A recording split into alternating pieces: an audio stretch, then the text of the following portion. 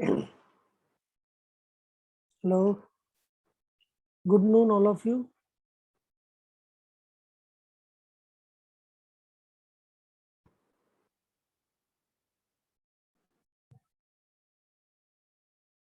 Hello.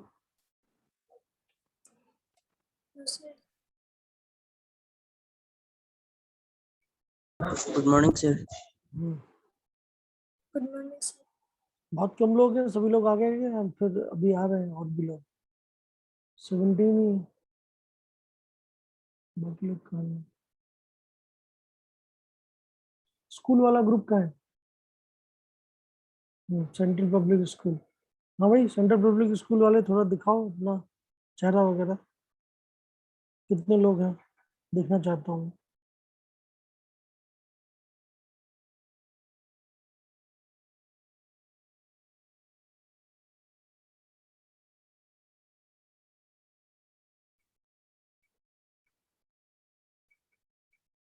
CPS Badarpur, अपना video on कर लीजिए।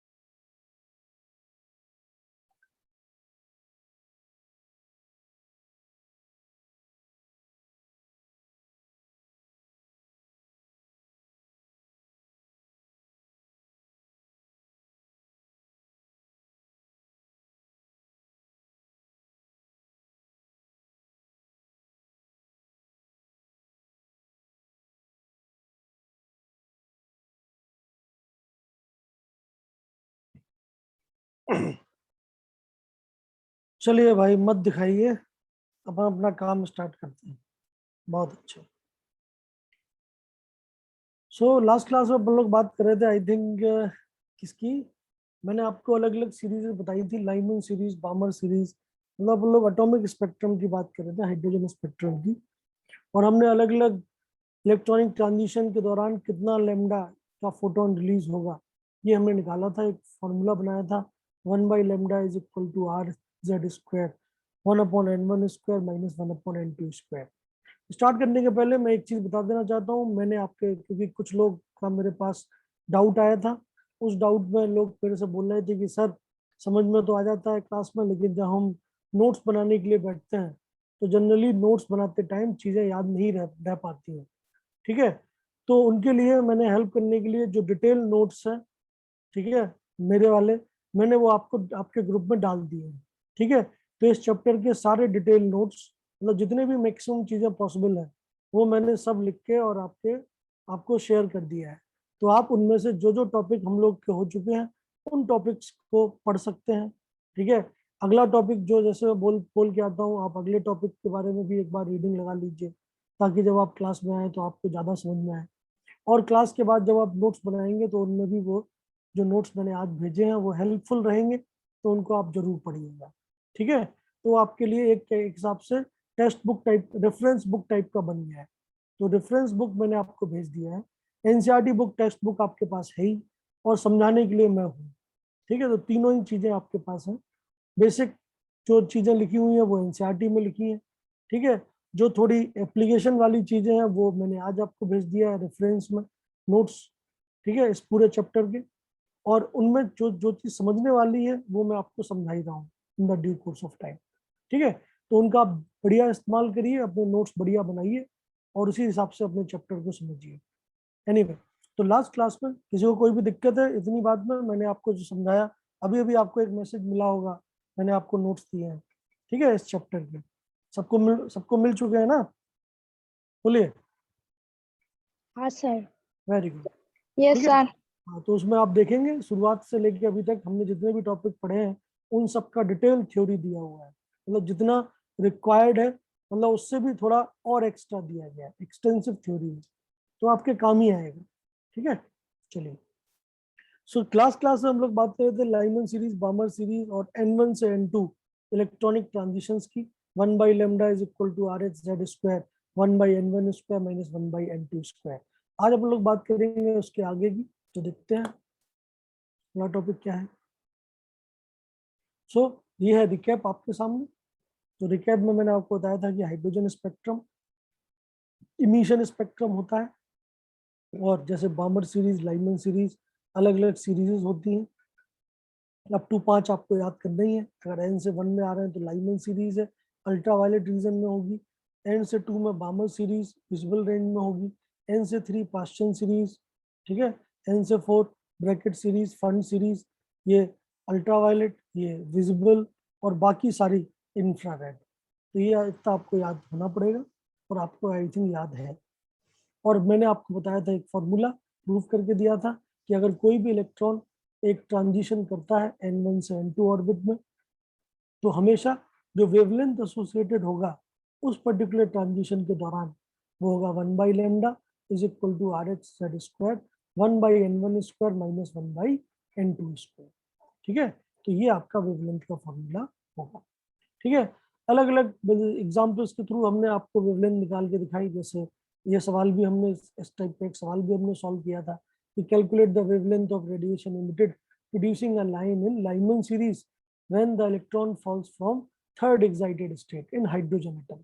तो मैंने आपको पिछली क्लास में भी समझाया था कि आप जब भी कोई सवाल आपको मिले तो आप उसको क्या करें, डिटेल में एक बार समझ लें, पढ़ लें, उससे जो जो डेटा निकल के आ रहा है उसको एक साथ लिख लें, ताकि जब आप फॉर्मूला लगाएं तो आप अननोन तक आसानी से पहुंच पाए। ठीक है, जैसे इस सवाल को जब आप पढ़ेंगे तो आपको वेवलेंथ निकालना है, मतलब लैम्डा निकालना है, और लाइमन सीरीज में आपका इलेक्ट्रॉन आ रहा है। अगर लाइमन सीरीज में इलेक्ट्रॉन आ रहा है तो आपको समझ में आना चाहिए कि कौन सी ऑर्बिट है, फर्स्ट ऑर्बिट, तो N1 की वैल्यू हो गई 1। और कौन सी ऑर्बिट से आ रहा है, थर्ड एक्साइटेड स्टेट से। तो एक्साइटेड स्टेट का मतलब ग्राउंड स्टेट को छोड़ के, तो फर्स्ट एक्साइटेड स्टेट क्या होगी, N इक्वल टू 2, सेकेंड क्या होगी, N इक्वल टू 3, थर्ड क्या होगी, N इक्वल टू 4। मतलब कुल मिला के 4 से 1 का ट्रांजिशन है। तो N1 की वैल्यू हो गई 1, N2 की वैल्यू हो गई 4, और Z की वैल्यू है 1। लैम्डा आपको निकालना है, तो अगेन जो फॉर्मूला ऊपर लिखा था उस फॉर्मूले को सीधा लगा दीजिए और अपना आंसर निकाल लीजिए। सो 1 by lambda RH Z square. क्या बोल रहे हैं, बोलिए। सर थोड़ा जोर से बात कीजिए ना। समझ में नहीं आ रहा भैया, आपकी आवाज क्लियर नहीं आ रही है, बोलिए। सर थोड़ा जोर से बात करिए ना, आपका आवाज ऑडिबल नहीं है। भाई माइक मेरा जो है वो देखिए आपके सामने है, ठीक। अब बताइए, अभी आ रही है आपको आवाज? बोलिए लश्कर जी। आप कह रहे हैं सर। अरे भैया नेटवर्क प्रॉब्लम है भैया फिर, और तो क्या ही बोले, मैं तो माइक का इस्तेमाल कर रहा हूँ, और माइक जो है मेरे मुंह के सामने ही है, ठीक है। और ऊपर लगा लिया है मैंने, देखिए अब शायद आपको अच्छी आवाज आए।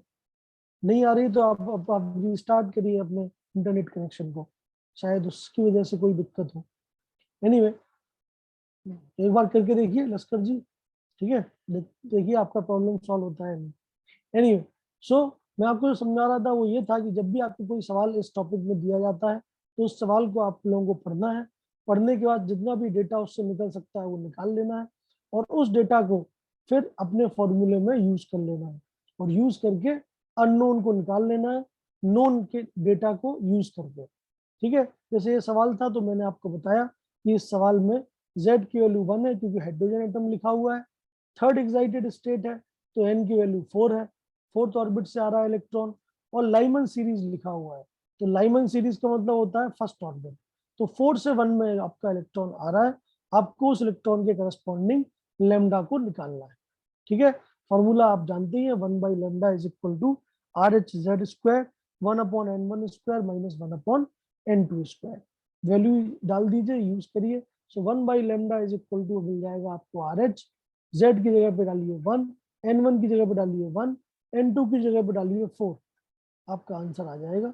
लैम्डा की एग्जैक्ट वैल्यू आप निकाल सकते हैं। ठीक है, क्लियर है बात? ओके,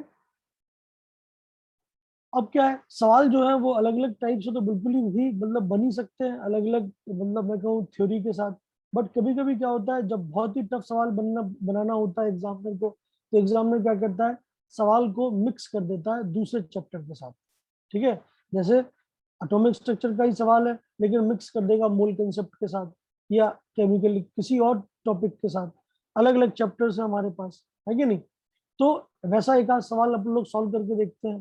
तो चलिए, वैसा एक सवाल मैं आपको देता हूँ। तो ये सवाल है आपके पास, ठीक है। अब इस सवाल को जब आप पढ़ेंगे तो आपको आपको क्या मिल रहा है, कैलकुलेट द एनर्जी इमिटेड। आपको एनर्जी निकालनी है when electron of 1 gram atom of hydrogen.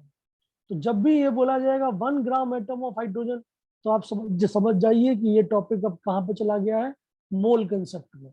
क्योंकि मोल कंसेप्ट में आपने जरूर पढ़ा होगा 1 ग्राम एटम का मतलब क्या होता है, 1 मोल एटम। और 1 मोल में कितने एटम होते हैं, ये बात 10th क्लास तक सभी लोग जानते हैं कि 1 मोल में कितने पार्टिकल होते हैं, एवोगैड्रो नंबर ऑफ पार्टिकल होते हैं। दैट मीन्स एक अकेले एटम की बात नहीं चल रही है, मेरे पास 1 मोल एटम है हाइड्रोजन के। हाइड्रोजन मतलब Z=1। अब अगली चीज, ट्रांजिशन कौन सा हो रहा है, undergo transition giving the spectral line of lowest energy.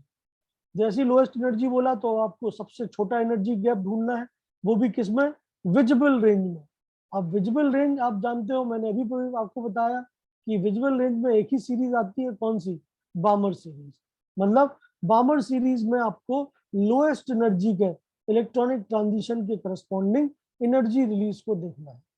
समझ में आ रही बात। तो ये तो है इस सवाल का जिस्ट, कि ये सवाल क्या बोल रहा है आपसे। ठीक है, तो इस सवाल में क्या क्या बोला गया है, आपको एक तो पता है हाइड्रोजन एटम है, Z की वैल्यू 1 है। दूसरा आपको पता है विजिबल रेंज में ट्रांजिशन है, मतलब बामर सीरीज है, मतलब N1 की वैल्यू 2 है। लेकिन लोएस्ट एनर्जी का फोटोन आपको ढूंढना है। तो लोएस्ट एनर्जी कब होगी, जब 2 से, अब आप बामर सीरीज को सोचिए कि भैया कब मिनिमम एनर्जी गैप होगा, तो कौन सा वाला ट्रांजिशन होगा। तो पहले तो आप वो सोचिए, और एक ट्रांजिशन के दौरान कितनी एनर्जी निकलेगी वो निकालिए। ठीक है, एज सुन एज आपको एक ट्रांजिशन की एनर्जी मिल जाएगी, फिर आपको उसमें मल्टीप्लाई करना पड़ेगा कि टोटल कितने एटम्स है। ठीक है, किससे मल्टीप्लाई करना पड़ेगा, 1 मोल में कितने हाइड्रोजन के एटम, मल्टीप्लाई कर दीजिए और टोटल एनर्जी निकाल लीजिए। चलिए स्टार्ट हो जाइए, सॉल्व करिए। आपको 2 मिनट 3 मिनट देता हूं मैं। ठीक है, सॉल्व करके देखिए आप सॉल्व कर पा रहे हैं या नहीं।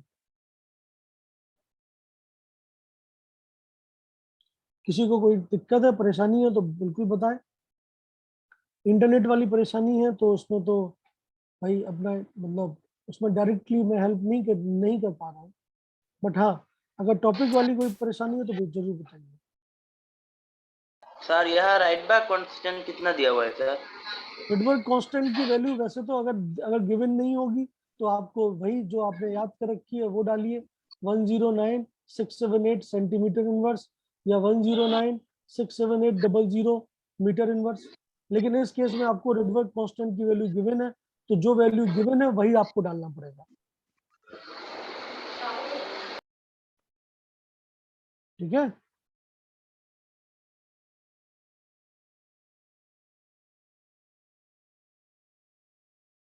सर ये 10⁻³ है क्या सर? कहाँ पे, sir Rydberg constant. Rydberg constant 1.1 इंटू 10⁻7 मीटर इनवर्स है। 7 है, 3 का है। ग्रीन कलर देखिए, रेड कलर मत देखिए।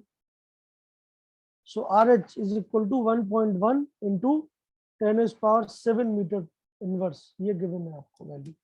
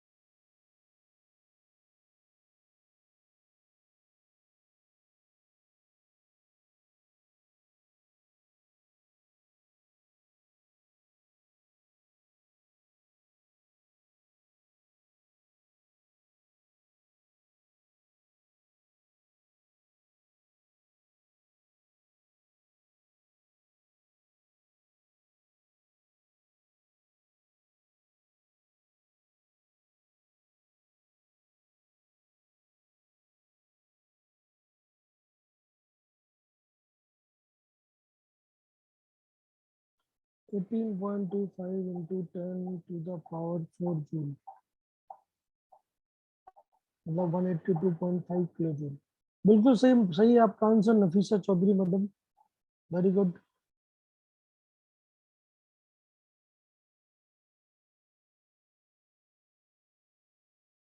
बाकी लोग भी आंसर निकालें जल्दी जल्दी। देखिए नफीसा मैडम ने निकाल लिया है ना, वेरी गुड।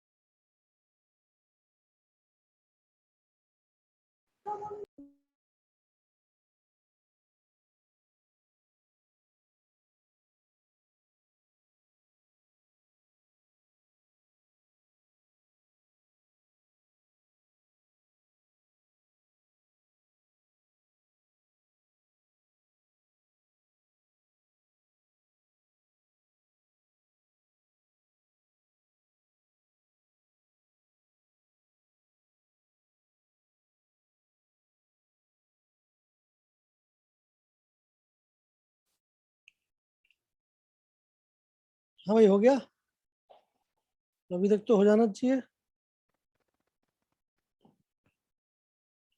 हो गया क्या, ट्राई कर लिया सभी लोगों ने?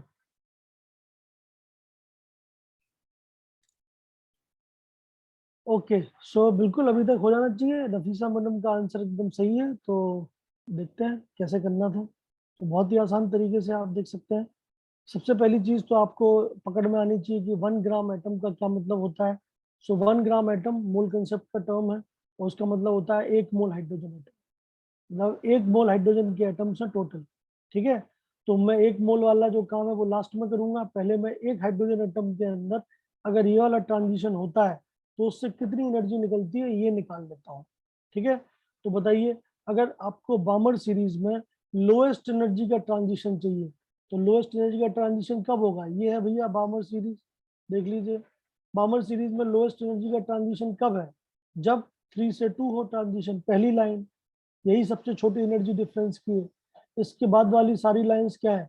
इससे ज्यादा एनर्जी की है। तो ऑफ कोर्स लोएस्ट एनर्जी का मतलब क्या है, आप 3 से 2 में आ रहे हैं, ठीक है।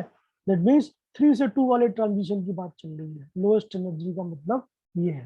तो जैसे ही आपको पता चल गया कि n1 की वैल्यू 2 है, n2 की वैल्यू 3 है, आप तुरंत 1 बाई लेमडा वाला फॉर्मूला लगा दीजिए। 1 by lambda is equal to R H, Z की वैल्यू 1 है, हाइड्रोजन एटम है, तो बस ये आप फॉर्मूला लगा के 1 बाई लेमडा की वैल्यू आर एच की टर्म्स में ही निकाल लीजिए। आर एच अभी डालने की आवश्यकता नहीं है, ठीक है, अदरवाइज कैलकुलेशन लंबी हो जाएगी और उससे फिर आपको नुकसान ही होगा। तो हमेशा आर एच की फॉर्म में ही अभी आप आंसर लिख लीजिए, ठीक है। अब आपको तो लेमडा निकालना नहीं, आपको क्या निकालना है, एनर्जी। जैसे ही आपको एनर्जी निकालनी है तो आपको एनर्जी का फॉर्मूला पता होना चाहिए। तो of course energy of photon that is release पर atom will be H nu और H C by lambda. 1 by lambda की वैल्यू आपको पता है, तो 1 बाई लेमडा को मैंने अलग कर दिया, so that is 1 by lambda into H C. 1 by lambda की वैल्यू है 5 आर एच बाई 36, तो वो डाल दीजिए 5 आर एच बाई 36 और उसमें एच और सी से मल्टीप्लाई कर दीजिए, ठीक है। तो अब 5 तो है ही, आर एच की वैल्यू आपको गिवन है 1.1 इंटू 10⁻7 मीटर इनवर्स, तो वहाँ आर एच की वैल्यू डाल दीजिए। एच की वैल्यू होती है 6.625 इंटू 10⁻34 और सी की वैल्यू होती है 3 इंटू 10⁸8 मीटर पर सेकेंड। तो यहाँ से आपको मिलेगा कि द एनर्जी इमिटेड पर hydrogen atom will B 3.03 into 10⁻19 joule, ठीक है। तो एक एटम एक ट्रांजिशन में इतनी एनर्जी का फोटोन रिलीज करता है। क्या आपको एक ही एनर्जी निकालनी थी, एक ही एटम की? नहीं, आपको निकालनी थी 1 ग्राम एटम की। तो 1 ग्राम एटम मतलब कितने एटम है टोटल? टोटल एटम है 1 मोल। तो आप जानते हैं किसी भी चीज के 1 मोल में कितने पार्टिकल पाए जाते हैं? Na, Avogadro number. तो एवोगैड्रो नंबर, एक पार्टिकल अगर इतनी एनर्जी दे रहा है तो एवोगैड्रो नंबर पार्टिकल कितनी एनर्जी देंगे, multiplied by Na। So that means total energy emitted per mole of hydrogen will be 3.03 into 10⁻19 into Na। तो Na से मल्टीप्लाई कर दिया आपने, Na से मल्टीप्लाई, Na की वैल्यू डाल दीजिए, Na की वैल्यू होती है 6.022 इंटू 10⁻23। सॉल्व करेंगे तो एग्जैक्टली आपको आंसर मिलेगा 182.5 किलो जूल। दैट मीन्स इतनी एनर्जी रिलीज होगी। क्लियर है? किसी को कोई भी दिक्कत है समझने में तो प्लीज बताएं, नहीं है तो आगे फिर से बढ़ते हैं। समझाइए सर।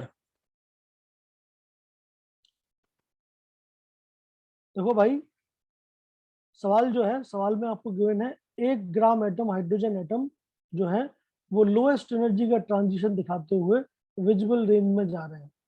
विजिबल रेंज का मतलब होता है बामर सीरीज, और बामर सीरीज मतलब n इक्वल टू 2, और n इक्वल टू 2 पे मिनिमम एनर्जी का ट्रांजिशन हो सकता है 3 से 2 वाला, ठीक है। दैट मीन्स 3 से 2 में आपका इलेक्ट्रॉन आ रहा है, उसके रिगार्डिंग आपको एनर्जी बतानी है, वो भी एक एटम की नहीं, एक मोल एटम की। समझ में आई बात? ठीक है। तो पहले हम एक एटम कितनी एनर्जी निकालेगा ये निकाल लेंगे, और फिर उसमें हम एक मोल के बराबर एटम को मल्टीप्लाई कर देंगे। जैसे भाई एक एटम अगर एक्स जूल निकाल रहा है तो 10 एटम कितना निकालेंगे, 10x जूल। तो वही है, एक एटम की एनर्जी हम पहले निकाल लेते हैं और उसमें फिर एक मोल के एटम के बराबर एनर्जी को मल्टीप्लाई कर देंगे। समझ में आ रही बात? ये बेसिक आइडिया है। अब हमने कैसे किया, हमने सबसे पहले ये देख लिया कि ट्रांजिशन कौन सा वाला हो रहा है। तो जैसे उसने बोला विजिबल रीजन है तो n1 की वैल्यू तो 2 हो गई बामर सीरीज, और लोएस्ट एनर्जी का है तो 3 से 2 ही लोएस्ट एनर्जी गैप है। दैट मीन्स n1 की वैल्यू 2, n2 की वैल्यू 3 के हिसाब से आपको 1 बाई लेमडा की वैल्यू मिल जाएगी। हमें लेमडा निकालना नहीं, हमें एनर्जी निकालनी है। तो इस ट्रांजिशन में कितनी एनर्जी होगी वो हमने फॉर्मूला लगा के निकाल लिया, एच सी बाई लेमडा। तो हमने 1 बाई लेमडा की वैल्यू में एच और सी से मल्टीप्लाई कर दिया, तो मुझे एक एटम के अंदर जब इलेक्ट्रॉन थर्ड ऑर्बिट से सेकंड ऑर्बिट में आता है तो इतनी एनर्जी निकलेगी, ये हमें पता चल गया है, ठीक है। लेकिन क्या मुझे एक ही एटम की एनर्जी निकालनी थी? नहीं, मुझे तो 1 ग्राम एटम की एनर्जी निकालनी थी। 1 ग्राम एटम मतलब एक मोल पार्टिकल की एनर्जी निकालनी थी, और एक मोल, किसी भी चीज के एक मोल में कितने पार्टिकल होते हैं? एवोगैड्रो नंबर पार्टिकल होते हैं। ये तो आपने 10th क्लास तक भी सीखा होगा। बोलिए लश्कर जी, एक मोल किसी भी चीज में कितने पार्टिकल होते हैं? एवोगैड्रो नंबर पार्टिकल होते हैं। लश्कर जी, आपने सवाल पूछा है तो आपको हाँ हाँ हाँ हूँ कुछ ना कुछ बोलना पड़ेगा, ठीक है। अभी तक की बात क्या आपको बोलो समझ, सर? अरे भैया आपको समझ में आया नहीं आया ये बोलना पड़ेगा आपको, और क्या ही बोलोगे आप। वन बाई अरे भैया ये फॉर्मूला है सीधा, 1/λ is equal to RH(Z²) 1/N1² minus 1/N2²। ये हमने लास्ट क्लास में पढ़ा था, ठीक है। इसमें हमने ये देखा था कि जब इलेक्ट्रॉन N1 ऑर्बिट से N2 ऑर्बिट में जाता है तो वो कितनी वेवलेंथ का फोटोन निकालता है, यही हमने देखा था लास्ट क्लास में। हमने उसी फॉर्मूले का इस्तेमाल किया है, बस हमें N1 और N2 की वैल्यू चाहिए थी, तो वो सवाल में गिवन है, अलग तरीके से गिवन है। आपको क्या गिवन है, विजिबल रेंज में है। विजिबल रेंज में एक ही सीरीज होती है, कौन सी, बामर सीरीज, ये भी हमने लास्ट क्लास में देखा था, ठीक है। लाइमन सीरीज अल्ट्रावायलेट रेंज में होती है, बामर सीरीज विजिबल रेंज में होती है। तो जब विजिबल रेंज बोल दिया गया दैट मीन्स बामर सीरीज में है आप। बामर सीरीज में कोई भी चीज आती है तो सेकंड ऑर्बिट में आती है, मतलब उसका एक N1 तो 2 हो गया। अब दूसरा N2 कितना है, उसके लिए लिखा हुआ है लोएस्ट एनर्जी। तो लोएस्ट एनर्जी कब होगी, जब बगल बगल की ऑर्बिट्स हो, क्योंकि अगर दूर वाली ऑर्बिट होगी तो एनर्जी गैप बढ़ता जाएगा। तो मुझे सबसे कम एनर्जी का एनर्जी गैप चाहिए, तो मैं 2 से 3 वाला एनर्जी गैप देखूंगा, ठीक है। तो मेरा N1 2 हो गया, N2 3 हो गया, तो उसके हिसाब से मुझे लैम्डा मिल जाएगी, ठीक है। लैम्डा अगर मेरे को मिल गई तो एनर्जी का सीधा फॉर्मूला होता है एच न्यू या Hc/λ। तो बस मैं उसी फॉर्मूले का इस्तेमाल करके तो एनर्जी निकाला हूँ, और कौन सी नई बात कर दी, ठीक है। तो एनर्जी क्या होती है Hc/λ। अगर मुझे लैम्डा मिल गया है तो मैं लैम्डा का इस्तेमाल करके एनर्जी निकाल लूंगा। एज सुन एज मुझे एनर्जी मिल गई तो भैया ये एक एटम ने एनर्जी इतनी रिलीज करनी है, ये मुझे पता चल गया। तो एक मोल एटम कितने एनर्जी रिलीज करेंगे, एक मोल में जितने एटम होंगे उतने से मल्टीप्लाई करना पड़ेगा, यही तो है बात। तो एक एटम ने इतनी एनर्जी रिलीज की, और एक मोल में कितने एटम होते हैं, एवोगैड्रो नंबर एटम होते हैं, तो एवोगैड्रो नंबर से मल्टीप्लाई कर दिया। जैसे ही आपने एवोगैड्रो नंबर से मल्टीप्लाई किया आपका आंसर आ गया कि एक मोल एटम ने इतनी एनर्जी रिलीज करनी है, खत्म, इतनी सी तो बात है। तो आप इसमें मतलब नहीं समझने वाला टॉपिक कोई है ही नहीं, इसमें सारे टॉपिक वही हैं जो हम पहले ही पढ़ चुके हैं। बस समझने वाली चीज क्या है कि जो डेटा गिवन है उससे आपको N1 और N2 की वैल्यू कैसे मिली, ठीक है। तो N1 की वैल्यू कैसे मिली, क्योंकि विजिबल रेंज लिखा था, बामर सीरीज था, तो बामर सीरीज में N1 की वैल्यू मिल गई 2। और N2 की वैल्यू कैसे मिली, क्योंकि लोएस्ट एनर्जी लिखा था। लोएस्ट एनर्जी कब होगा, जब 3 से 2 ट्रांजिशन होगा, समझ में आया। तो ये बेसिक सी बात है जो कि आपको आपको मतलब समझना पड़ेगा। अगर आप ये सोच के बैठ जाएंगे नहीं मुझे नहीं समझना है, तो फिर कोई नहीं समझा सकता आपको, तो आपको कोशिश करनी चाहिए समझने की, ठीक है। कोई नई चीज तो इसमें है नहीं, लास्ट क्लास का टॉपिक है, फॉर्मूला लास्ट क्लास वाला ही है। ओ सर, इसमें जो 5/30 5 वो कहाँ से है 5? क्या कहाँ से आया भाई, इधर पे 5Rn/36 है ना, तो 36 हाँ तो समझ लिए, 5 कहाँ से है? भाई ये तो यार भाई साहब माइनस का है, 1/4 माइनस 1/9 करोगे तो कॉमन क्या आएगा 36 नीचे, और ऊपर क्या आएगा 9, और बगल में क्या आएगा 4, 9 - 4 आएगा ऊपर, 9 - 4 क्या होता है 5। ये तो मल्टीप्लाई वो ये डिवाइड 9 कि हम, प्लस, तो मैंने सोचा 4 है सर, दोनों का नीचे 4, मैंने सोचा 1/4 माइनस 1/4। नहीं नहीं ये है 1/4, ये है 1/9, ये है 1/4 माइनस 1/9। तो दो लोगों को माइनस करोगे तो इतना ही आएगा, मैथमेटिक्स है तो बेसिक यही आएगा, हाँ ठीक है। समझ लिया सर, समझ लिया। यही आएगा, ठीक है। बस फिर उसके बाद आपने सारी वैल्यू डाल दी, आपका आंसर आ गया, हो गया, इतना ये बात है, ठीक है। चलिए अगला सवाल। तो एग्जाम में ये बात पक्की है कि आप एग्जाम में देखिए सीधी बात है, बोर्ड एग्जाम होगा तो आपसे क्या सवाल एक्सपेक्टेड है कि what do you mean by electronic transition, explain, ठीक है। What is the Rydberg formula, what is the value of Rydberg constant, एक नंबर, ठीक है।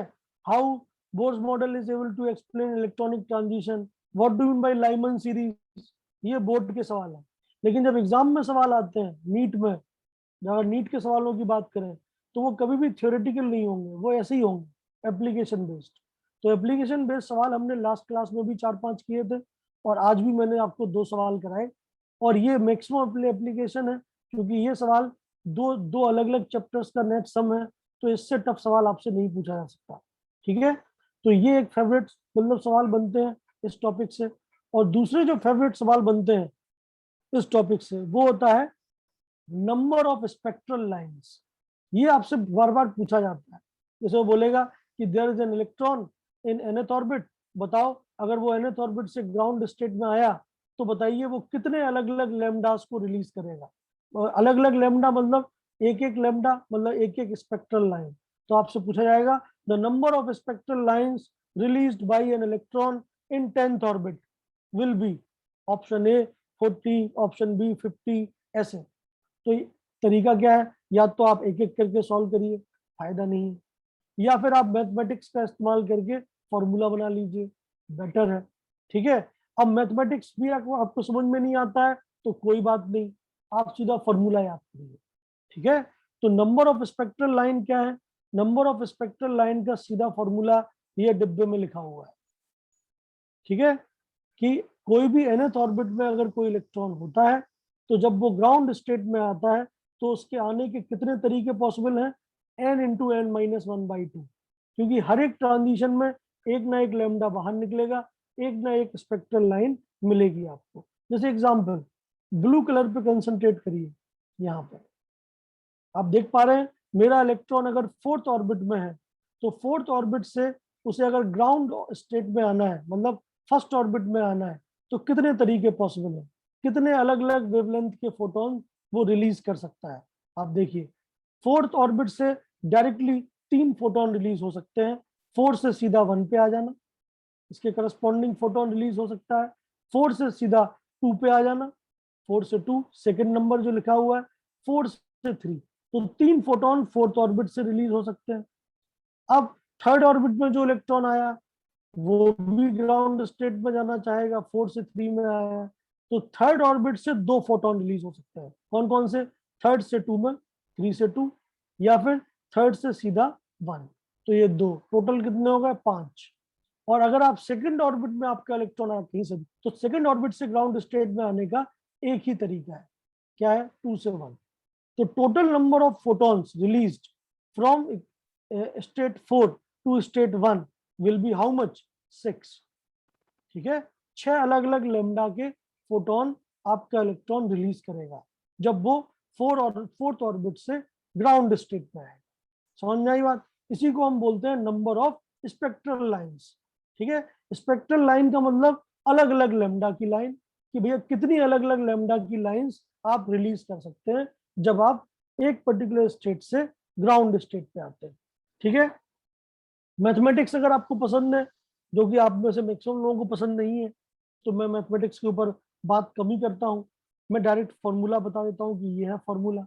बाकी अगर आपको थोड़ी सी मैथमेटिक्स पसंद है तो आप देख पा रहे हैं 4th ऑर्बिट से कितनी लाइन निकली थी, 3, 3rd ऑर्बिट से कितनी निकली थी, 2, और सेकंड ऑर्बिट से कितनी निकली, 1।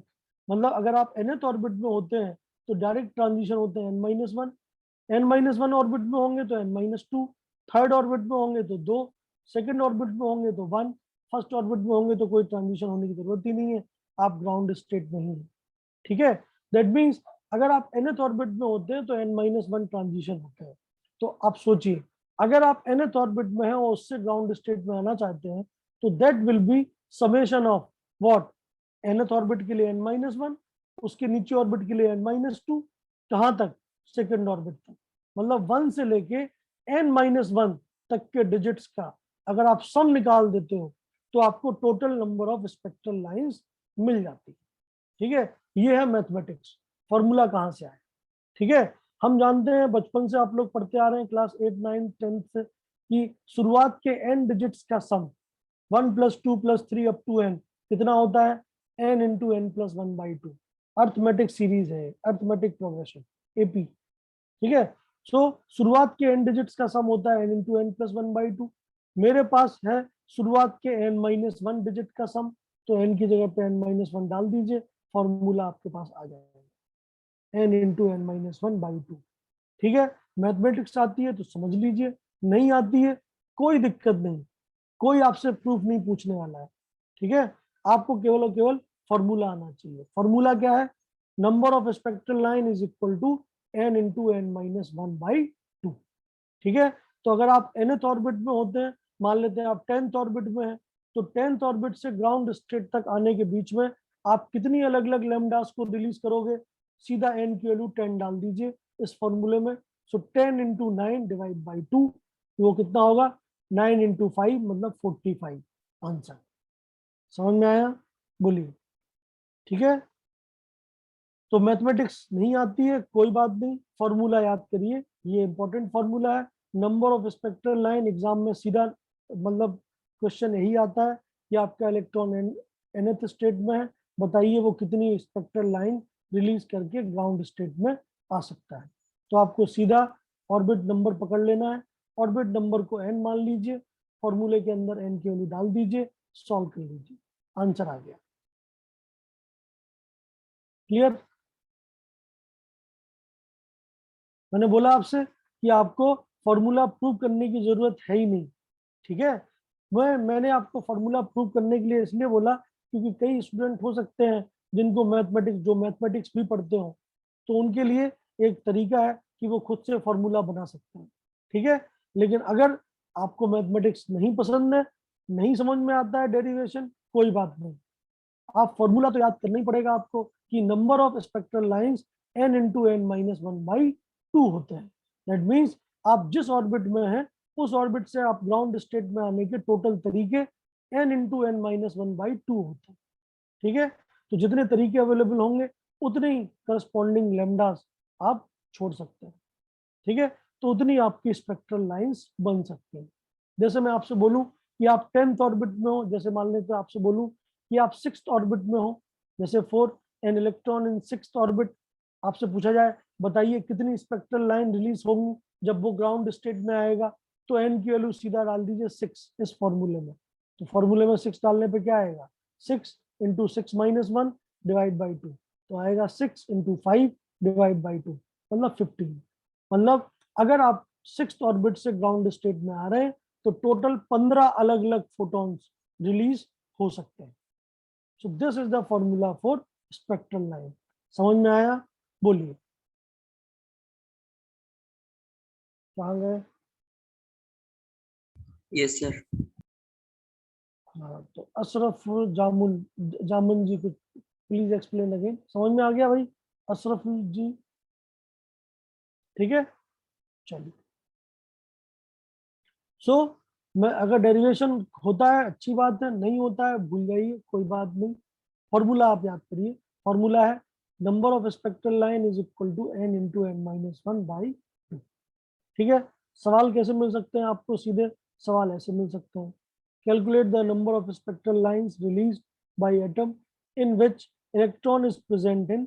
चार पार्ट है, चारों पार्ट को सॉल्व करिए। ब्लू कलर में है वही क्वेश्चन है, रेड कलर को भूल जाइए। रेड कलर में जो है वो सॉल्यूशन हो भी सकता है, नहीं भी हो सकता है, सही भी हो सकता है, गलत भी हो सकता है, तो उसके बारे में सोचिए ही मत। आपका सवाल ब्लू कलर में है तो ब्लू कलर को बेस मानते हुए अपने सवाल को सॉल्व करिए। चलिए स्टार्ट हो जाइए, देखिए आपसे सॉल्व हो रहा है नहीं। आपका सवाल है calculate the number of spectral line released by atom in which electron is present in. पहला पार्ट है फोर्थ एक्साइटेड स्टेट, दूसरा पार्ट है 2021 ऑर्बिट, तीसरा पार्ट है 10th ऑर्बिट, चौथा पार्ट है 6th ऑर्बिट से विजिबल रेंज पे लिखा हुआ है। चलिए हर एक पार्ट में आंसर निकाल दीजिए आप। सर फॉर्मूलाज का डिराइवेशन आएगा एग्जाम में। लास्ट वाला कौन सा? फॉर्मूलाज का डिराइवेशन आएगा एग्जाम में। नहीं, फॉर्मूला का डेरिवेशन आपको नहीं पता होना चाहिए।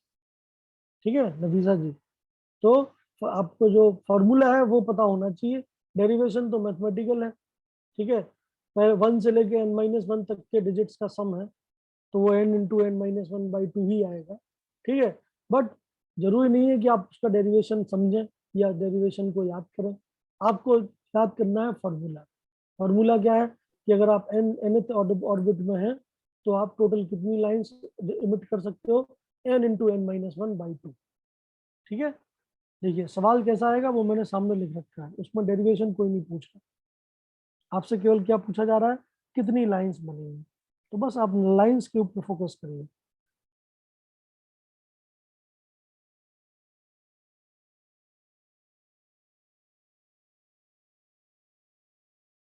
और कोई डाउट हो आपको तो बताइए।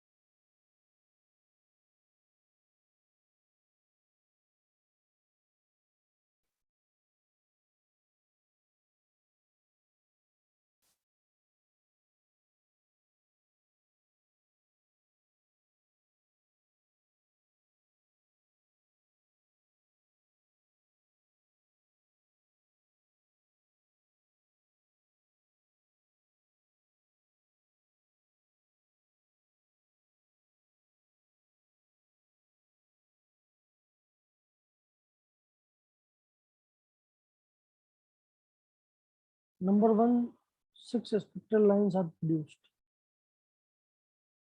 तो नफीसा जी आपका ये आंसर जो है वो गलत हो गया है। ठीक है, थोड़ा ढंग से पढ़िए सवाल, देखिए क्यों गलत हुआ है।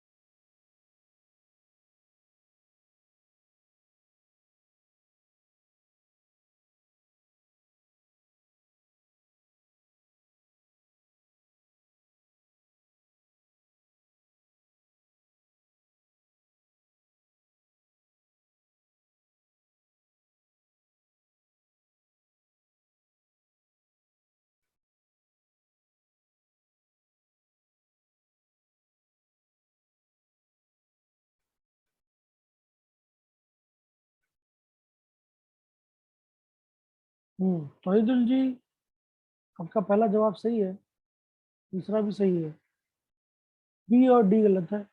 ठीक है, रहमानुल जी,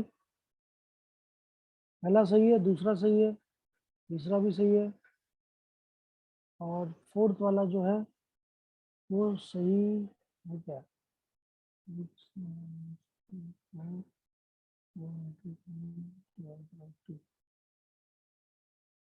डी वाला गलत है आपका। बाकी सब सही है, वेरी गुड। डी वाला तौहीदुल जी आपका सेकंड आंसर भी गलत ही है, ठीक है। बाकी लोग कोशिश करिए, कोशिश करने वालों की हार नहीं होती भैया, बिना कोशिश करे आप ऐसे सवालों में आपको दिक्कत हमेशा रहने वाली है, इसलिए कोशिश करते रहिए, तभी सॉल्यूशन आएगा।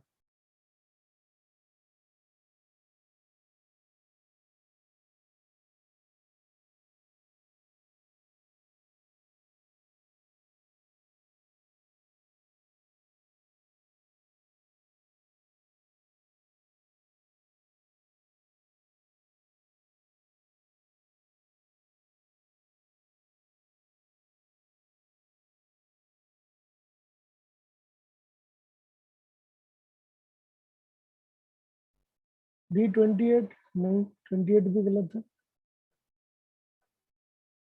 एक्चुअली डी आपसे होगा नहीं अभी, ये बात मतलब पक्की है, क्योंकि डी में थोड़ा अलग काम है। चलिए पहले एबीसी की बात करते हैं। तो एबीसी में तो आपको क्लियरली दिख ही रहा है, जैसे अगर मैं एबीसी की बात करूं तो क्वाइट क्लियरली आप देख सकते हैं कि इसमें लिखा है ए ऑप्शन में फोर्थ एक्साइटेड स्टेट। तो ये एक्साइटेड स्टेट है भाई साहब, ये एन की वैल्यू 4 नहीं है, ठीक है। फर्स्ट ऑर्बिट होती है क्या, ग्राउंड स्टेट, उसके बाद सारी ऑर्बिट्स क्या होती हैं, एक्साइटेड स्टेट। तो पहला एक्साइटेड स्टेट क्या है, n equal to 2। Second excited state क्या है, n equal to 3। Third excited state क्या है, n equal to 4। Fourth excited state क्या है, n इक्वल टू 5। तो हमेशा ऑर्बिट नंबर क्या होता है, एक्साइटेड स्टेट नंबर प्लस 1, क्योंकि एक ग्राउंड लेवल पे जो है वो एक्साइटेड स्टेट में काउंट नहीं होता है। समझ आ रही बात। तो पहले केस में n की वैल्यू 5 है, ऑल्दो ये जो रेड कलर वाले हैं सॉल्यूशन ही है, ठीक है। बट मैंने आपसे बोला कि आप ट्राई करिए, अच्छा किया आपने ट्राई किया, गलतियां होती हैं, और क्लास के अंदर गलतियां करने का फायदा है। अगर आप क्लास में गलतियां करेंगे तभी ना एग्जाम में सब सब चीजें सही होंगी, ठीक है। तो गलतियां बिल्कुल करते रहिए, कोई दिक्कत नहीं, ठीक है। सही आंसर दीजिए, इसका मैंने कभी रिक्वायरमेंट बोला ही नहीं, आप गलत आंसर दीजिए लेकिन आंसर जरूर दीजिए। सो फोर्थ एक्साइटेड स्टेट का मतलब n इक्वल टू 5, तो फॉर्मूला क्या हो जाएगा, n into N minus one divide by 2, क्योंकि ग्राउंड स्टेट में आना है। सो n की जगह 5 रख दीजिए, 5 into 5 minus one divide by 2, वो निकल के आएगा 5 इंटू 4 बाई 2। 5 इंटू 4 होता है 20, divide by 2 is 10। So first का आंसर है 10, ठीक है। आई थिंक मैक्सिमम लोगों का सही होगा, ठीक है, गलती समझ में आने के बाद। अगला क्या है, 2021 ऑर्बिट। तो 2021 ऑर्बिट अगर है तो ये तो सीधा n का ही वैल्यू गिवन है, तो फॉर्मूला सीधा n 2021, अगले ब्रैकेट में n माइनस वन, तो 2021 में से एक घटा दीजिए, तो 2020 डिवाइड बाई 2, सॉल्व कर लीजिए। तो जो आंसर आई थिंक क्या कहते हैं तौहीदुल जी ने अभी दिया है 2041210, और जो पहले दिया गया था आंसर, पहले एक भाई साहब ने आंसर दिया था, क्या नाम था, रहमानुल, तो उन दोनों का ही आंसर सही है। तो आप इसे सॉल्व कर लीजिएगा, that will be your answer, ठीक है। थर्ड पार्ट में भी वही बहुत आसान है, 10th ऑर्बिट दिया है तो n की वैल्यू 10 मान लीजिए, सो that is 10 into 9 divide by 2, so 45 will be your answer. So third part का आंसर है 45। लेकिन फोर्थ पार्ट है उसके ऊपर मैंने जानबूझ के स्टार लगा रखा है, क्यों, क्योंकि फोर्थ पार्ट जो है बाकी सबसे डिफरेंट है। क्यों डिफरेंट है, क्योंकि इसमें नॉर्मल फॉर्मूला आपका लगेगा ही नहीं। क्यों नहीं लगेगा, क्योंकि यहाँ पे आप 6th ऑर्बिट से ग्राउंड स्टेट में नहीं आ रहे हैं, आप कहाँ आ रहे हैं, विजिबल रेंज में। विजिबल रेंज का मतलब क्या होता है, बामर सीरीज, और बामर सीरीज मतलब कौन सा ट्रांजिशन होता है, n इक्वल टू 2, मतलब आप 6 से 2 में आने की सारी संभावनाओं को आपको पढ़ना पड़ेगा, ठीक है। अगेन मैथमेटिक्स इन्वॉल्व है, आपको जब बेसिक मैथमेटिक्स में दिक्कत है तो आपको कोई जरूरत नहीं है आप मैथमेटिक्स पढ़ें, डेरिवेशन करने की कोई आवश्यकता नहीं है, ठीक है। ये बात पक्की है कि कोई ना कोई फॉर्मूला जरूर निकाला गया होगा, वो फॉर्मूला है वो आप याद करिए और फॉर्मूले को लगाइए, अभी तक जो फॉर्मूला हमने बनाया था वो क्या था कि जब आप किसी भी nth स्टेट से फर्स्ट ऑर्बिट में है तो कितने ट्रांजिशन होते हैं, n into N minus one by two. अब नया नया चीज क्या है कि आप n1 से n2 में आए, ठीक है। अब आप फर्स्ट ऑर्बिट में नहीं आ रहे हैं, सवाल कुछ भी हो सकता है।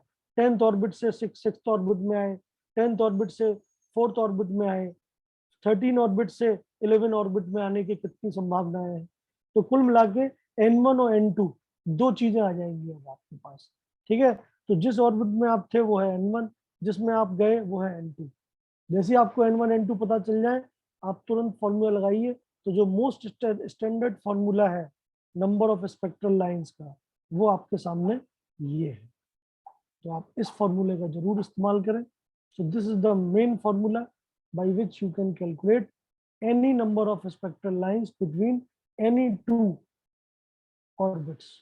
तो अगर आपका इलेक्ट्रॉन ट्रांजिट करता है n1 से n2, जहाँ पे n1 बड़ा है n2 छोटा है, होना भी चाहिए, नहीं तो ये नेगेटिव आ जाएगा, नेगेटिव हमें नहीं चाहिए। नंबर ऑफ ट्रांजिशन कभी नेगेटिव नहीं हो सकते। तो हमेशा बड़ी वैल्यू को n1 मानिए, छोटी को n2, और इस फॉर्मूले के अंदर डाल दीजिए। फॉर्मूला क्या है, उन दोनों का डिफरेंस, उन दोनों के डिफरेंस में +1 divide by 2। So this will be your answer, ठीक है। जो डी पार्ट था उसमें क्या था, n1 6 n2 2, तो फॉर्मूले में डाल दीजिए। तो 6 माइनस 2, दूसरे ब्रैकेट में 6 माइनस 2 +1 डिवाइड बाई 2। तो कितना आ जाएगा, ये आ जाएगा 6 माइनस 2 हो गया 4, एंड 6 माइनस 2 4 + 1 5 डिवाइड बाई 2। तो ये दो बार कट जाएगा, 10 आंसर होगा। दैट मीन्स डी पार्ट का आंसर भी 10। किसी को कोई भी दिक्कत है समझने में, बताएं। इसमें समझने का उतना कुछ है ही नहीं, इसमें तो आपको फॉर्मूला है वो सीधा लगाना है।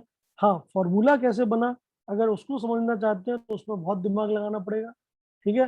That is not necessary for you also. तो आप फालतू में दिमाग मत लगाइए इस जगह पे, आप फॉर्मूला याद करिए, क्योंकि सीधा एग्जाम में कभी डेरिवेशन नहीं पूछा जाएगा। एग्जाम में सीधा यही पूछा जाएगा कितनी स्पेक्ट्रल लाइन बनी। तो आपको फॉर्मूला पता होना चाहिए, ठीक है। बोलिए, कोई कुछ कहना चाहता है, किसी को कोई भी दिक्कत है जरूर बताएं।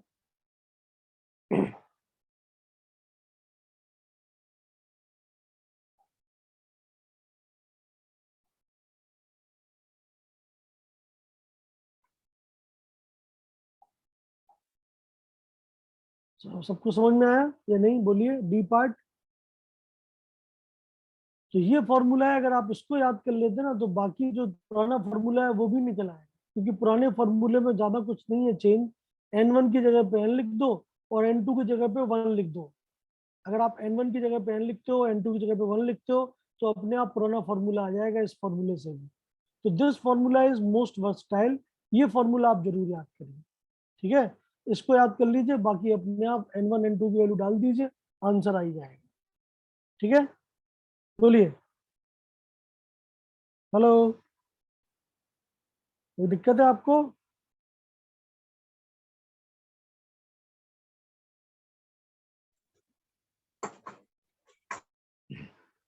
क्लियर है, बताइए।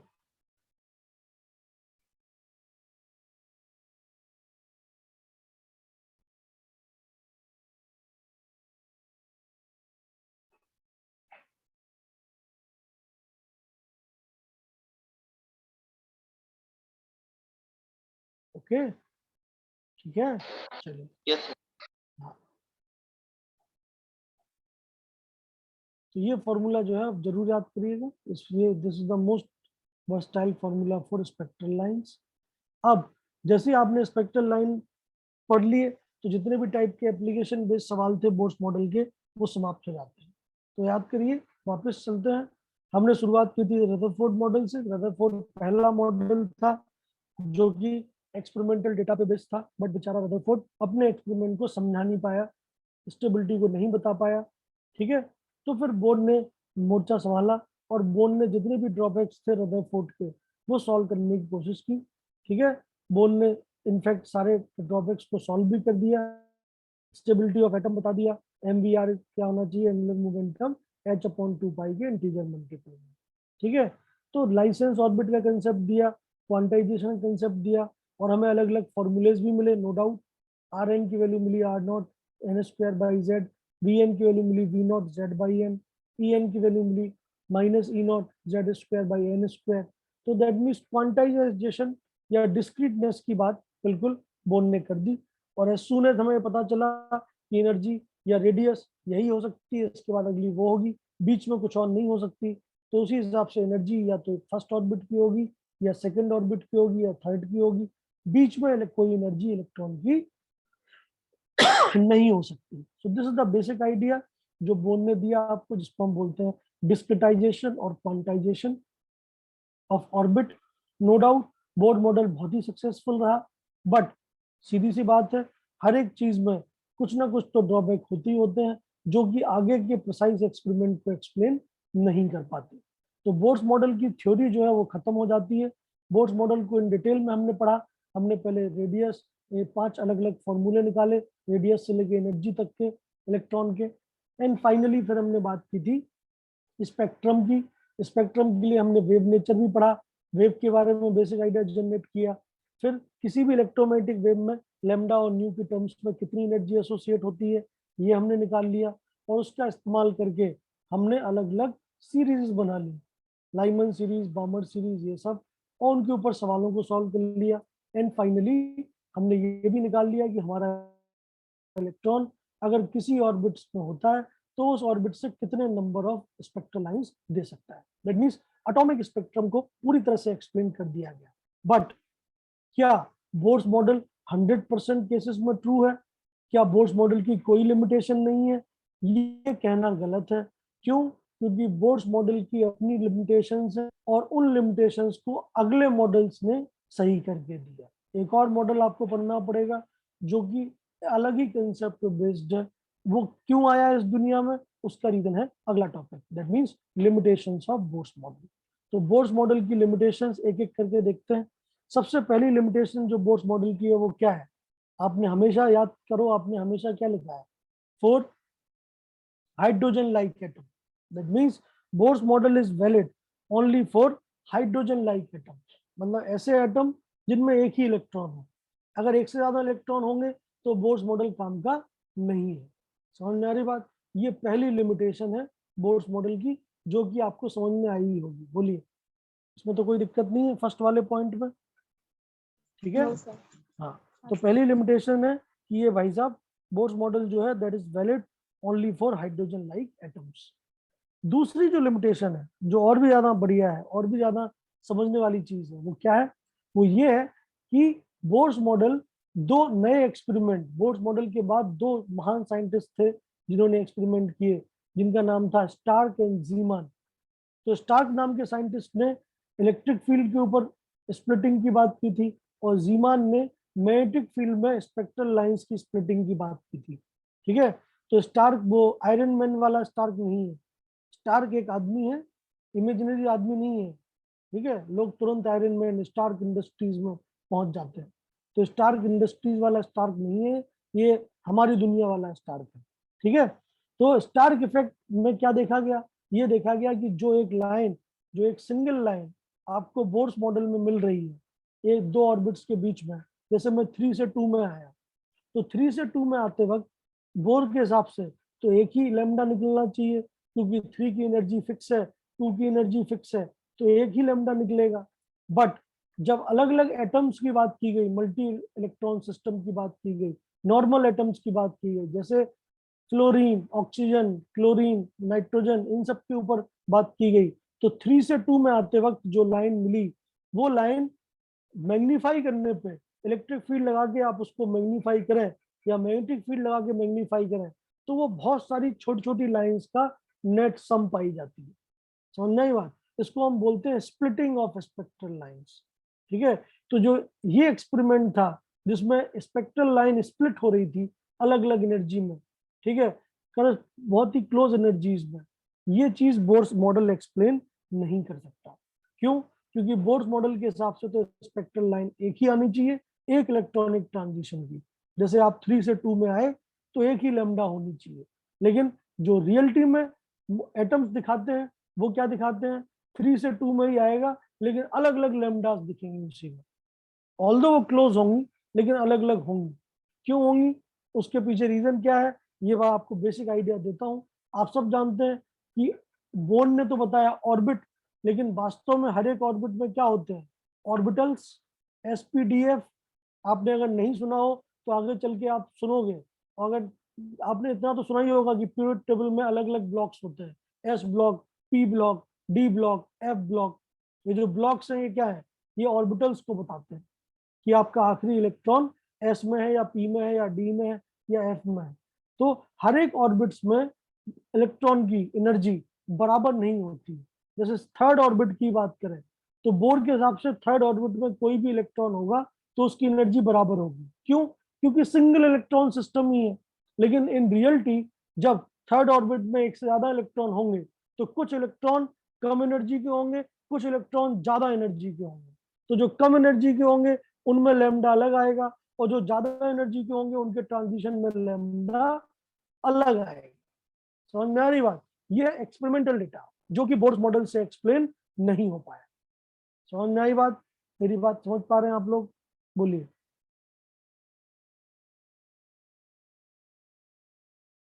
नहीं समझिए, एक बार फिर से बोलता हूँ।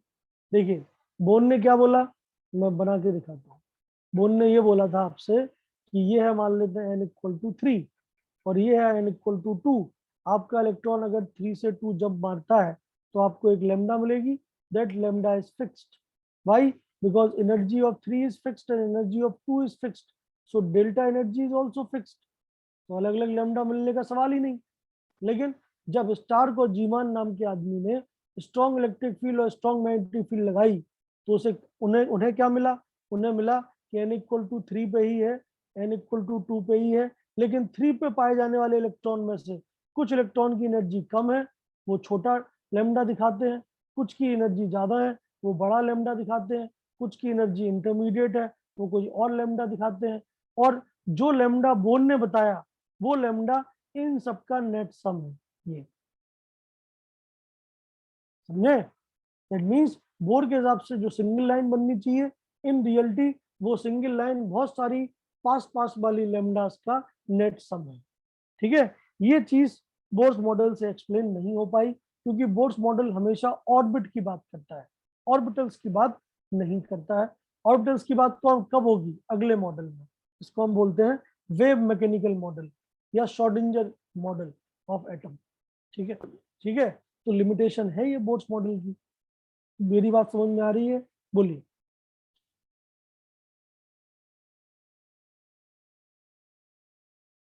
बोलिए। हाँ सर। तो जब splitting of spectral line in electric field खो जाता है स्टार्क ने, तो दैट मीन्स मैं बोल सकता हूँ सीधे सीधे शब्दों में कि Bohr's model is not able to explain Stark and Zeeman effect. ठीक है? तो ये लिमिटेशन है बोर्स मॉडल की। मतलब बोर्स मॉडल जो है वो स्टार्क और ज़ीमान इफेक्ट को एक्सप्लेन नहीं कर पाता है। दैट मीन्स कोई बोले what do you mean by Stark effect, what do you mean by Zeeman effect, तो आप क्या बोलोगे? Stark effect is splitting of spectral lines in strong electric field, and Zeeman effect is the splitting of spectral lines in a strong magnetic field. समझ में आ रही बात? तो ये चीज जो है वो बोर्स मॉडल से एक्सप्लेन नहीं हो पाती। तो इसके बाद अगला जो, मतलब मैं बोलूं कि ड्रॉबैक क्या है भाई, बोर्स मॉडल का। बोर्स मॉडल का अगला ड्रॉबैक जो है वो एक और महान साइंटिस्ट ने बताया जिसका नाम था हाइजेनबर्ग अनसर्टेनिटी प्रिंसिपल। मतलब अभी के लिए आप इसको ऐसे लिख सकते हैं कि Bohr's model is not able to explain what Heisenberg uncertainty principle. क्यों? क्योंकि बोर्स में इलेक्ट्रॉन को क्या माना गया है? पार्टिकल। पार्टिकल मतलब सीधा एम मास का एक गोला। ठीक है? वास्तव में हम जानते हैं आगे चल के इसी टॉपिक के बाद आपको जो चीज पढ़नी है वो कहलाती है dual nature of matter. That means कोई भी मैटर जो बहुत छोटा होता है जैसे इलेक्ट्रॉन, वो हमेशा eight the same time particle भी होता है और at the same time wave nature भी दिखाता है। ठीक है? इसको हम बोलते हैं dual nature of matter.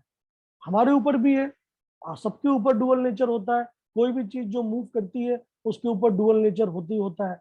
But हमारे ऊपर जो वेव एसोसिएटेड है वो इतनी नेग्लिजिबल होती है हमारे साइज के रिस्पेक्ट में कि उसको हम नहीं देख पाते। बट इलेक्ट्रॉन के ऊपर जब हम डुअल नेचर देखते हैं तो मूविंग इलेक्ट्रॉन के ऊपर, तो उसके ऊपर जो वेव एसोसिएट होती है वो उसकी साइज से भी कई गुना ज्यादा होती है। तो ये बात पक्की है कि इलेक्ट्रॉन जैसा हमने सोचा था वैसे बिहेव नहीं करने वाला। समझ में आ रही बात? बोर्स ने जो सोचा था कि वो एक पार्टिकल है और पार्टिकल की तरह सर्कुलर मोशन कर लेगा, ये बात सही नहीं है। Why? Because in reality electron has dual nature. That means at the same time electron is a particle and at the same time electron is distributed in the medium. That means it is like a wave. और इस चीज को समझने के लिए हमें topic पढ़ना पड़ेगा जिसका नाम है डुअल नेचर ऑफ मैटर, जो कि अगला टॉपिक है। समझ में आ रही बात? तो ये 3 मेजर ड्रॉबैक्स हैं किसके? बोर्स मॉडल की। इनमें किसी को कोई भी दिक्कत हो डुअल नेचर को छोड़ के, क्योंकि डुअल नेचर तो हम पढ़ने वाले हैं जस्ट आगे, ठीक है? तो शुरुआत के 2 में तो कोई डाउट आपको नहीं होना चाहिए। तीसरे वाले में डाउट है तो वो अभी खत्म हो जाएगा इसी क्लास में, चिंता मत करिए, ठीक है? डुअल नेचर नाम की चीज होती है, वो क्या होती है वो मैं आपको बता रहा हूँ, ठीक है? तो बोर्स मॉडल की ड्रॉबैक क्या है? उसने डुअल नेचर को इनकॉर्पोरेट नहीं किया, उसने इलेक्ट्रॉन को केवल पार्टिकल नेचर का माना, उसने इलेक्ट्रॉन को कभी वेव नेचर का माना ही नहीं, ठीक है? जबकि इन रियलिटी इलेक्ट्रॉन को के ऊपर वेव नेचर भी होता है। दैट मीन्स कुछ ना कुछ मिसिंग है, उसी मिसिंग नेचर की वजह से आपका मॉडल जो है वो गलत है। बोलिए, मेरी बात सबको समझ में आ रही है नहीं? तौहीदुल जी, नफीसा जी, रूहीना जी, अबू जफर, क्लियर है बात? बोलिए। Yes, sir. Yes sir. Yes, sir. चलिए, तो हमारा टॉपिक जो हो Sir. जाता है वो हो जाता है डुअल नेचर ऑफ मैटर। हाँ बोलिए, कुछ बोलना चाहती हैं आप? ठीक है, तो Sir, हाँ sir, बोलो। बोर्स मॉडल का एडवांटेजेस क्या था? एडवांटेजेस तो वही था कि रदरफोर्ड एक्सप्लेन नहीं कर पा रहा था स्टेबिलिटी, बोर्स ने एक्सप्लेन कर दिया। बोर्स ने जो मॉडल दिया रदरफोर्ड के मॉडल को, उसने एक्सप्लेन कर दिया कि भैया ऐसी डिस्टेंस पे अगर आपका इलेक्ट्रॉन मूव करेगा जहां पे उसका एंगुलर मोमेंटम h/2π के इंटीजर मल्टीपल में आए, तो वहां पे एनर्जी रिलीज करने की जरूरत नहीं है, तो इलेक्ट्रॉन को एनर्जी रिलीज नहीं होगा और इलेक्ट्रॉन इटर्निटी तक, अनंत काल तक उसी रेडियस पे घूमता रहेगा। दैट मीन्स सबसे पहला एडवांटेज बोर्स मॉडल का है कि भाई इसने स्टेबिलिटी ऑफ एटम को एक्सप्लेन किया। दूसरा एडवांटेज क्या है? ये सीरीज, लाइमन सीरीज, बामर सीरीज, ये सब जो सीरीज, एटॉमिक स्पेक्ट्रम, रदरफोर्ड के हिसाब से तो कोई एटॉमिक स्पेक्ट्रम नहीं होना चाहिए था, क्योंकि उसने रेडियस को क्वांटाइज ही नहीं किया, उसने बोला बस इलेक्ट्रॉन न्यूक्लियस के चारों तरफ चक्कर लगाते हैं। लेकिन बोर्स ने exact radius, exact velocity, exact energy सब निकाल के दी अपने मॉडल में। दैट मीन्स वो बोर्स का कॉन्ट्रीब्यूशन क्या है? आज आप जो ट्रांजिशन देख पा रहे हो कि ये ट्रांजिशन होगा, इसमें इतनी एनर्जी कम हो जाएगी, इतनी बढ़ जाएगी, ये अब्जॉर्प्शन स्पेक्ट्रम है, ये इमिशन स्पेक्ट्रम है, ये किसकी देन है? बोर्स की देन है। समझ नहीं बात? So these are the major advantage of Bohr's model. Bohr's model is able to explain stability of atom. Bohr's model is able to explain atomic spectra, which was not being studied by Rutherford or any other model before Bohr's. समझ में आया madam? Yes, sir. सो अब जो आपका topic है वो बदल जाता है, वो हो जाता है डुअल नेचर ऑफ मैटर। तो समझते हैं सबसे पहले डुअल नेचर होता क्या है। डुअल तो मतलब दोगला, बोलते हैं ना, दोगला है, डुअल है। डुअल मतलब ये भी बोलता है वो भी बोलता है, तो वही वाली बात। तो दुनिया में 2 ही टाइप के मतलब एनर्जी का सम होता है, 2 ही टाइप से हम एनर्जी को ट्रांसफर कर सकते हैं, या तो पार्टिकल की फॉर्म में या वेव की फॉर्म में, ठीक है? अगर मैं बोलूँ मैं पार्टिकल हूँ तो मेरा सिंगल नेचर है, मैं बोलूँ मैं वेव हूँ तो मेरा सिंगल नेचर है, मैं बोलूँ मैं दोनों हूँ तो मेरा डुअल नेचर है। समझ में आ रही बात? शुरुआत इसकी हुई थी लाइट से, ठीक है? एक्चुअली लाइट के क्या है, कुछ एक्सपेरिमेंट में लाइट पार्टिकल की तरह बिहेव करता है, जैसे फोटो इलेक्ट्रिक इफेक्ट हम पढ़ेंगे इसके बाद, डुअल नेचर के बाद, ठीक है? जैसे फोटो इलेक्ट्रिक इफेक्ट जब आइंस्टीन ने एक्सप्लेन किया तो उसने लाइट को क्या बोला कि light is a collection of energy particles known as photons. Same Planck's theory से एक्सप्लेन किया, लाइट को पार्टिकल नेचर माना। लेकिन जब इंटरफेरेंस, डिफ्रैक्शन, इन सब की बात आती है तो जो एक्सपेरिमेंट होते हैं उनमें लाइट को क्या माना जाता है, wave. That means light at the same time particle भी है और वेव भी है। इसी चीज से लोगों को एक नया आइडिया जनरेट हुआ, और नया आइडिया जो जनरेट हुआ that is known as dual nature of matter. समझ में आई बात? चलिए देखते हैं इसके बारे में। इसको देखिए, समझने की कोशिश करिए। तो ये आपके पास डुअल नेचर का मतलब क्या है? मतलब ये है कि आपकी दुनिया सिमटी हुई है इस रेंज में, आप जानते हैं आप 10⁻⁻⁶ मीटर से छोटी चीज ना ही देख पाते हैं ना ही छू पाते हैं, ठीक है। इवन 10⁻⁶ मीटर को भी आप नहीं छू पाते, ठीक है, देख भी नहीं पाएंगे, माइक्रोस्कोप लगानी पड़ेगी तब देख पाएंगे, ठीक है। आपका जीवन जो है वो 10⁻⁴ मीटर से नीचे है ही नहीं, एक हिसाब से देखा जाए तो आपकी डे टू डे लाइफ में आप जितनी भी चीजें देखते हो वो सब इस रेंज में आती है। जैसे अर्थ का डायमीटर 10⁻⁶ मीटर की रेंज में, ठीक है। सो आप क्लियरली बोल सकते हो कि आपकी दुनिया में जितनी भी चीजें हैं जो आप देख पाते हो, जो आप एक्सपीरियंस कर पाते हो, they are of particle nature. Example के तौर पे अभी आप फिजिक्स पढ़ ही रहे हैं, फिजिक्स में आपको बेसिक मैथमेटिक्स पढ़ाई जा रही होगी, ठीक है। जैसे ही वो खत्म होगा आप पढ़ेंगे kinematics, motion in 1D, motion in 2D। जैसे मान लेते हैं मेरे पास एक पत्थर है, अगेन वो पत्थर उठाया मैंने, ठीक है। अब पत्थर पार्टिकल है या वेव है वो मैं कैसे प्रूव करता हूँ? मैंने पत्थर को उठाया, उसको v वेलोसिटी से फेंक दिया, ठीक है। अगर मैं उस पत्थर की किसी भी जनरल टाइम t पे हाइट, जनरल टाइम t पे उसके coordinate x, y, general time t पे उसकी स्पीड, ये सब मेजर कर सकता हूँ। उसका पाथ, किस पाथ में वो पत्थर जा रहा है, ये सब मैं अगर मेजर कर सकता हूँ precisely, then I can say that thing is a particle. समझ में आई बात? मतलब पार्टिकल की हर मूवमेंट पे पोजीशन, हर मूवमेंट पे एनर्जी, हर मूवमेंट पे स्पीड क्या होती है, मेजरेबल होती है विदाउट एनी एरर। हम कोई एरर नहीं रखेंगे इसमें, ठीक है। जैसे ये जो मैंने बनाया डायग्राम पत्थर के फेंकने का, इसको बोलते हैं प्रोजेक्टाइल मोशन। फिजिक्स वाले सर जब आपको पढ़ाएंगे motion in 2D, 2 dimensional motion, तो उसका बेसिक क्राइटेरिया होगा यही वाला डायग्राम, प्रोजेक्टाइल मोशन।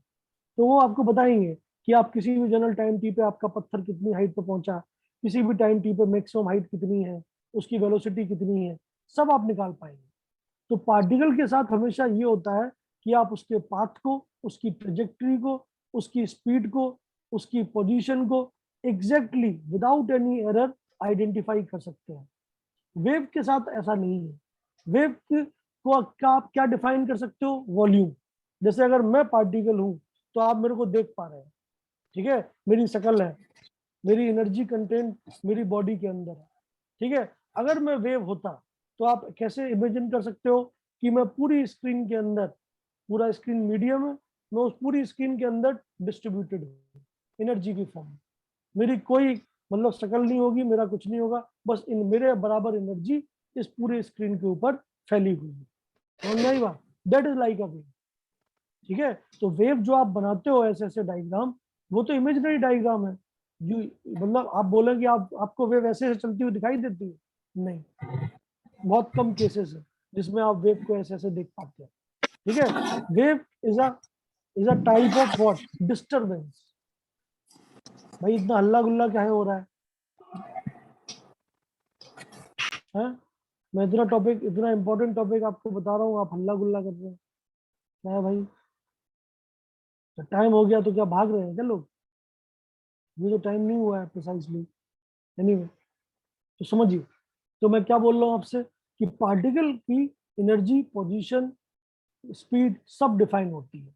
बट अगर मैं वेव की बात करूं तो वेव की ट्रेजेक्टरी, वेव की स्पीड और पोजीशन एक साथ एक इंस्टेंट पे हम डिफाइन नहीं कर सकते।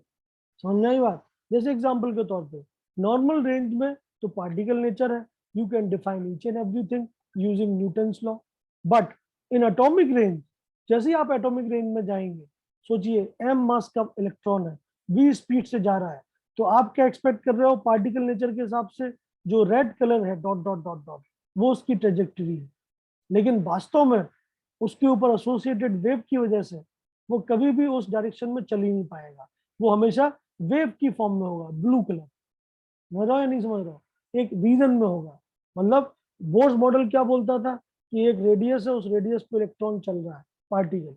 लेकिन वेव नेचर क्या बोल रहा है कि वो उस रेडियस पे नहीं, उस रेडियस के प्लस माइनस आर में एक वॉल्यूम है, उस वॉल्यूम के अंदर इलेक्ट्रॉन हो सकता है। समझ रहे हो? This is the basic idea of dual nature of matter. समझ में आई बात? डुअल नेचर आपकी दुनिया की चीजें नहीं दिखाते हैं, क्योंकि आपकी दुनिया बड़ी है। इतनी बड़ी चीजों में जो एसोसिएटेड वेवलेंथ होती है बहुत ही माइन्यूट होती है, दैट कैन बी नेग्लेक्टेड।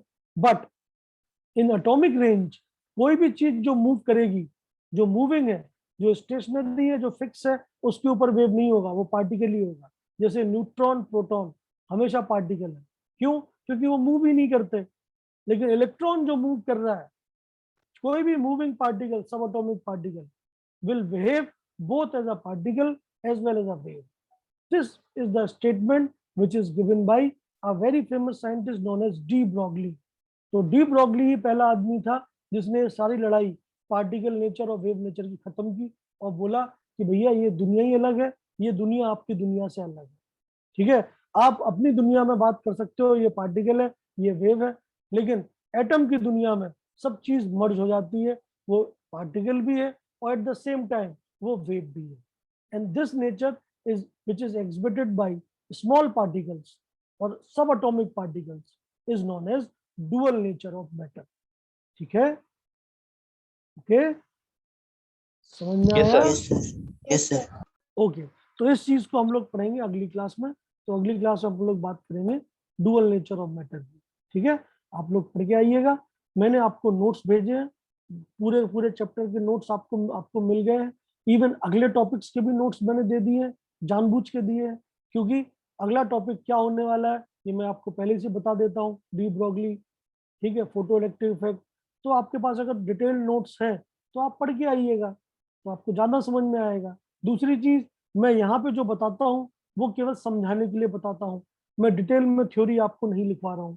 ठीक है, जैसे कि बाकी जो सब्जेक्ट हैं जो कि थ्योरेटिकल है वो आपको पूरी थ्योरी लिखवाते हो। ठीक है, तो मैंने आपको पूरी थ्योरी पहले से ही दे दी। ठीक है, पुराने टॉपिक्स की भी और आगे आने वाले टॉपिक्स की भी। तो जब आप नोट्स बनाए तो उस थ्योरी से देख के बनाए। ठीक है, उसमें सारी बातें, ठीक, समझाने का काम मेरा है, मैं पूरी बातें समझा देता हूँ। बाकी लिखने का काम, नोट्स बनाने का काम, उसमें दिक्कत होने पे डाउट पूछने का काम आपका है, आप बिल्कुल पूछिएगा। ठीक है, समझ में आया? Okay, yes sir. Okay sir. Yes, sir. तो नोट्स पढ़िएगा। बाय बाय, कोई दिक्कत हो बताइएगा। ठीक, टाटा।